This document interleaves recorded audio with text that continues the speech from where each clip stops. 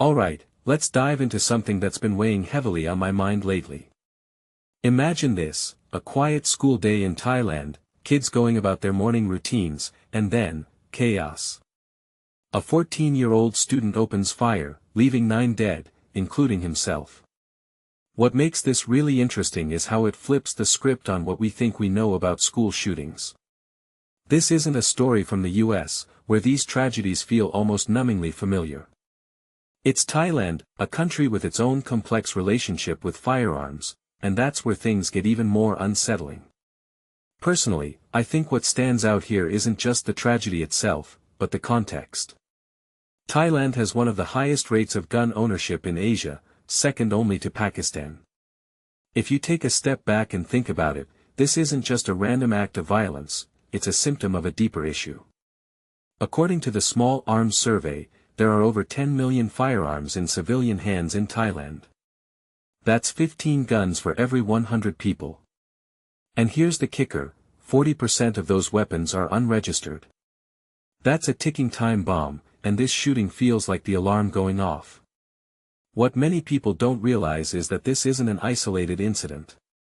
In 2022, a former police officer went on a rampage in Nong Bua Lamphu province, killing dozens, including children. Earlier this year, a teacher was shot dead in Hat Yai. These aren't just random acts of violence, they're part of a pattern. And what this really suggests is that Thailand's gun culture is at a breaking point. The fact that the gun used in this latest shooting was legally registered to the boy's grandfather raises a deeper question: how did a 14-year-old get access to a firearm in the first place? From my perspective, the response from Prime Minister Anutin Charnvirakul is both swift and telling. He's pledged to introduce a new firearms control law, restricting gun carrying to government officials on duty. But here's the thing, this isn't his first rodeo. He's tightened gun laws before as Interior Minister, and yet, here we are again. It makes me wonder, are these laws enough? Or is this a cultural issue that goes beyond legislation?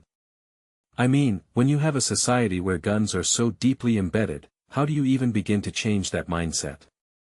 A detail I find fascinating is the boy's background.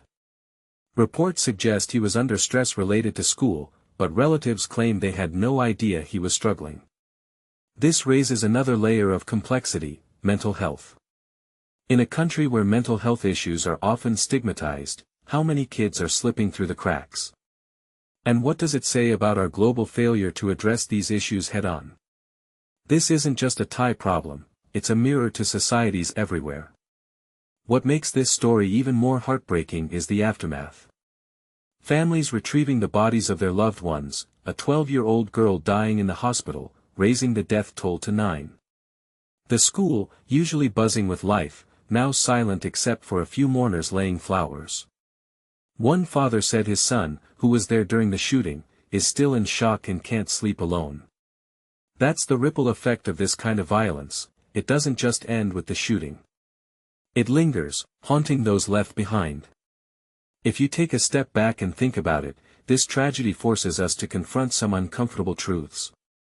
It's not just about guns or mental health, it's about how we, as a society, fail our young people. A 14-year-old shouldn't have access to a firearm, period. And yet, here we are. This raises a deeper question: what kind of world are we creating when kids feel this is their only way out? And what does it say about us if we can't, or won't, do anything to stop it?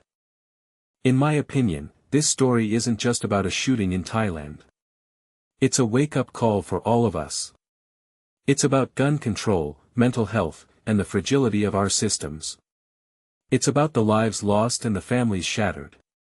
And it's about the questions we need to ask ourselves if we want to prevent this from happening again.